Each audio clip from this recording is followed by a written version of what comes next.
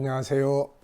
김성결 목사와 함께하는 천국의 이정표 이제 76회가 되겠습니다. 지난 시간까지는 우리가 17장, 18장 이 세상의 정신 무엇이냐, 결국 음녀가 지배하는 세상, 결국은 다 불타는 장면을 우리가 봤습니다. 자, 이제 19장은 이제 뭘 다루고 있을까요? 계시록은 크게 세 덩어리라고 말씀드렸고, 맨 마지막 덩어리는 보충 설명 및 결론적 부분을 말씀드렸어요. 이제 보충을 해주는데, 적그리스도에 관한 내용은 이제 적그리스도의 배후, 역사, 이겨야 될 이유, 적그리스도 세계의 정신까지 우리가 다 살펴봤어요. 이제는 예수 그리스도의 재림에 대해서, 하나님 나라에 대해서 충분하게, 앞에서는 간단하게 이야기했던 것들을 이제 충분하게 보완해서 설명해 주는 것이 바로 19장부터 22장까지입니다. 그래서 다니엘서 11장 40절로 12장 3절까지를 우리가 놓고 봤을 때는 다니엘서 11장 40절로 45절은 전쟁, 12장 1절은 적그리스도, 이거 다 지나갔고, 그 다음에 이제 12장 2절과 3절, 바로 예수 그리스도의 재림과 하나님의 나라의 영광에 대한 이야기가 이제 여기서 19장에서 22장까지 충분하게 보완해서 설명이 되겠습니다. 이미 예수님의 재림은 여섯째인 때일 때 이미 이루어졌었고, 또 일곱 나팔 불 때 이미 이루어졌었고, 네. 그런데 이제는 좀 더 보완해서 충분하게 그 부분을 다시 또 설명을 다루고 있습니다. 자, 그렇게 이해하시고 보시면 계시록이 그렇게 막 어려운 책이 아니라는 것을 다 아실 수 있었을 겁니다. 자, 여러분들의 교재 321페이지를 한번 보시죠. 그래서 19장은 크게 두 부분으로 나눠져 있습니다. 하나는 1절에서 10절까지 내용인데 하나님을 찬양하는 내용이고요. 그 다음에 둘째는 11절부터 21절까지의 내용인데 예수님의 재림에 관한 내용이에요. 그래서 먼저 이 시간에는 1절로 10절 부분에 대해서 우리가 좀 정리를 하겠습니다. 자, 이 1절로 10절까지를 보면 이 속에 할렐루야가 4번 나옵니다. 할렐루야, 할렐루야. 할렐루야라는 말이 무슨 뜻이죠? 바로 하나님을 찬양하라는 뜻이죠. 하나님을 찬양해야 될 이유가 여기에 쭉 나타납니다. 우리가 이제 읽어보면 뭐 특별한 설명 없어도 잘 이해될 수 있을 거예요.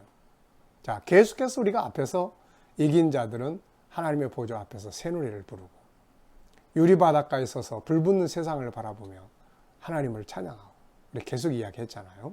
그 장면을 지금 여기서 보여주고 있습니다. 자, 그러면은 먼저 첫 번째 할렐루야가 1절로 2절에 나타나요. 한번 보겠습니다. 일 후에 내가 들으니 하늘의 허다한 무리에 큰 음성 같은 것이 있어 이르되 할렐루야, 구원과 영광과 능력이 우리 하나님께 있도다. 그의 심판은 참되고 의로운지라. 음행으로 땅을 더럽게 한 큰 음녀를 심판하사 자기 종들의 피를 그 음녀의 손에 갚으셨도다. 자, 왜 할렐루야가 나왔는지 아시겠죠? 여기 말씀하고 있는 것처럼 하나님께서 심판하시는 거예요. 이 세상, 하나님 만들어 놓은 이 아름다운 세상을 더럽힌 음녀, 이걸 심판하시는 거예요. 그 장면을 보고 할렐루야. 성도들은 그 장면을 보고 할렐루야 할 수 있지 않습니까? 모세의 노래를 부르는 거죠. 자, 두 번째 할렐루야 할 때는 이제 연기가 세세토록 올라갑니다. 계시록 19장 3절. 두 번째로 할렐루야 하니 그 연기가 세세토록 올라가더라. 자, 그 다음에 이제 세 번째 할렐루야는 24장로들과 네 생물이 엎드려서 보좌에 앉으신 하나님께 경배하면서 외친 내용이에요. 자, 19장 4절. 24장로와 네 생물이 엎드려 보좌에 앉으신 하나님께 경배하여 이르되 아멘 할렐루야 하니, 네. 하나님의 종들 곧 그를 경외하는 너희들아 물온대소하고 다 우리 하나님께 찬송하라 하였더라. 세상을 심판하시는 하나님, 모세의 노래가 바로 이런 노래죠. 승리의 노래. 구원받은 자들은 기쁨과 감사의 노래. 자, 네 번째 할렐루야가 나오는데요. 6절로 8절입니다. 그 이유가 뭔가를 한번 보겠습니다. 19장 6절로 8절. 내가 들으니 허다한 무리의 음성과도 같고 많은 물소리와도 같고 큰 우레소리와도 같은 소리로 이르되 할렐루야. 이유는 뭘까요? 앞에 부분에서는 심판에 대한 찬양이었어요. 여기서는 이제 우리 하나님 곧 전능하시니가 통치하시도다. 하나님의 나라가 임하는 거에 대해서 이제 할렐루야 하는 거죠. 세상 나라는 무너지고 공의로우신 하나님이 세상을 심판하는 장면에 대해서 할렐루야. 죄진 자는 죄의 형벌을 받는 거죠. 그리고 구원받은 자들이 들어갈 하나님의 나라가 드디어 이제 완성이 되는 거예요. 하나님의 통치가 임하게 됩니다. 우리가 즐거워하고 크게 기뻐하자. 그에게 영광을 돌리자. 드디어 어린 양의 혼인 기약이 이르렀습니다. 주님과 우리 모든 성도들이 영광스럽게 잔치하는 날이 온 것이죠. 그의 아내가 자신을 준비하였으므로 그의 빛나고 깨끗한 세마포옷을 입도록 허락하였으니 이 세마포옷은 성도들의 옳은 행실이로다.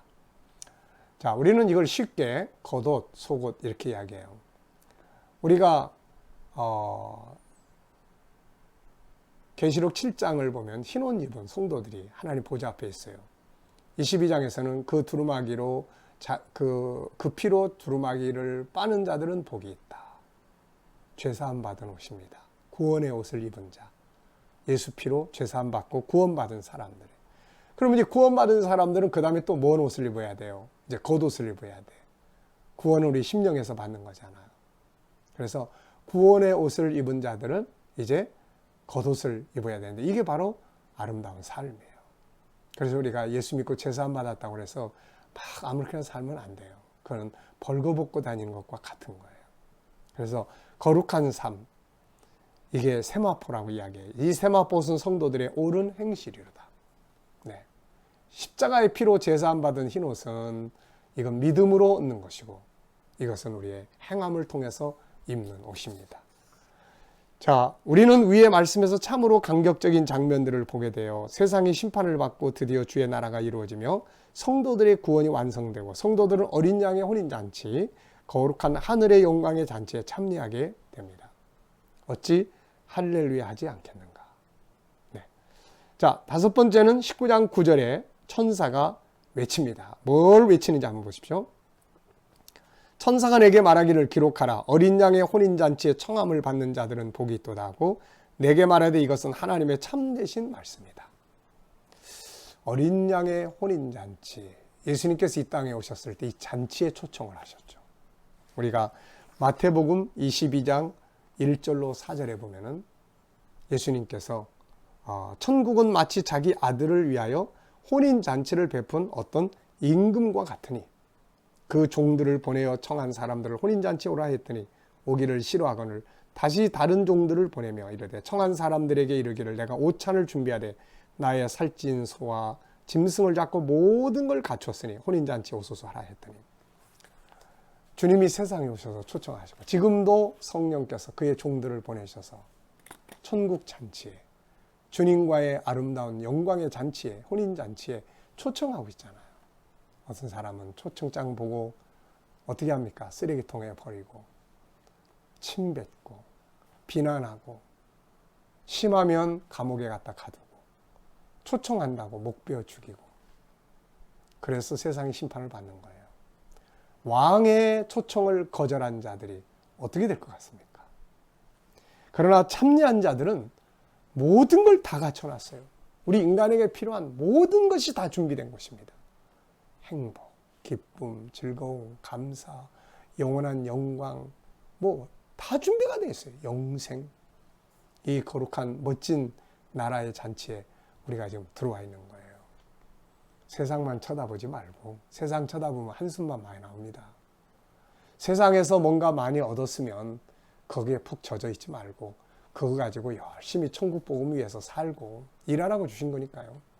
때로는 힘들고 어렵고 없으면 그것 때문에 절망하지 말고 하늘의 잔치, 하늘의 기업, 나를 위해 예비된 것들을 바라보며 소망을 갖고 세상을 살아야 할 겁니다. 마태복음 25장 1절로 4절은 이제 준비된 신부들이 될 것을 당부했어요.